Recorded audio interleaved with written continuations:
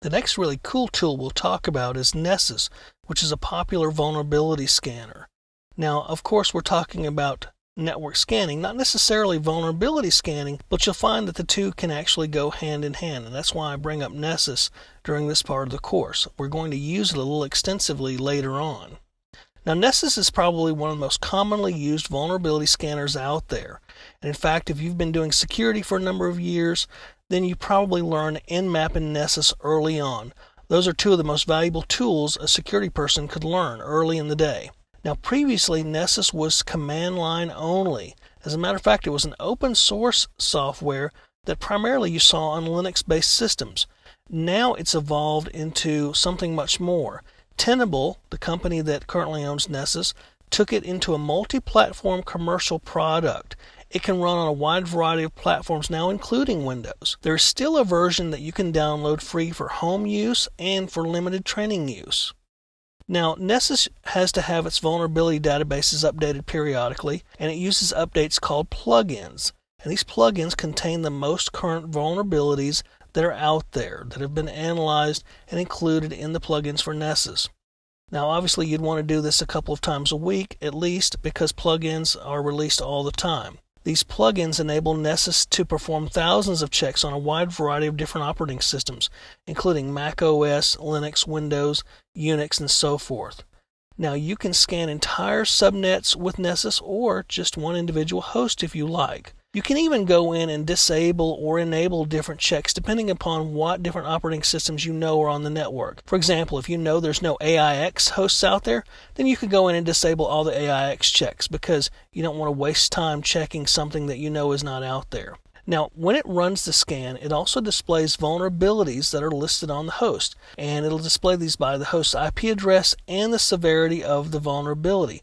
And these could be high, medium, and low type of vulnerabilities, red, orange, and green, if you will. It'll also show you informational types of vulnerabilities or just different configuration details about the system that it scans, things that aren't necessarily vulnerable, but you may want to keep your eye on. So what I want to do now is just show you a little bit about Nessus, and in the next segment, we'll go ahead and run a Nessus scan. Okay, let's take a look at Nessus. Now, Nessus runs on the local host on a particular port. By default, it's 8834. Although that can be changed. Now, you'll access Nessus using a web browser, and you'll have to provide credentials to get into the system. And these don't have to be the same credentials that you use to access your computer. So you see different tabs up here, and I want to show you a few of these. Users is where you can add another authorized user to Nessus, and you can give them different permissions. I already have one user in here, that's myself. You also have configuration, and configuration gives you different settings for Nessus and dictates how it will run some of the scans. For example, you have general settings here, you have feed settings, you have mobile settings, results settings, and advanced settings. Let's go a few of these.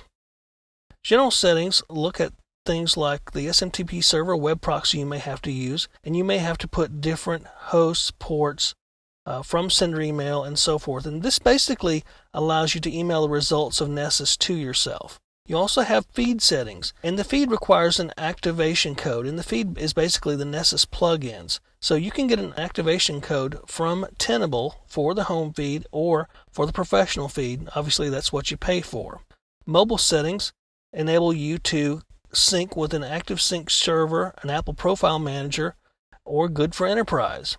The results settings dictate how you can add rules to disable plugins or change their severity. So you can add a new plugin rule here.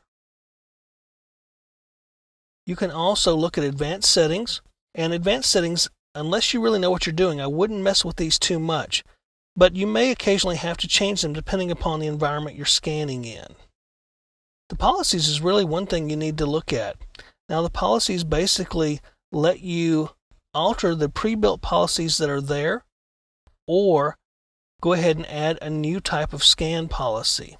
And with this, you can add credentials to the scan, because sometimes you need to scan Windows and Linux with credentials for the machine, because otherwise you may not get enough information out of them as a non-credentialed user.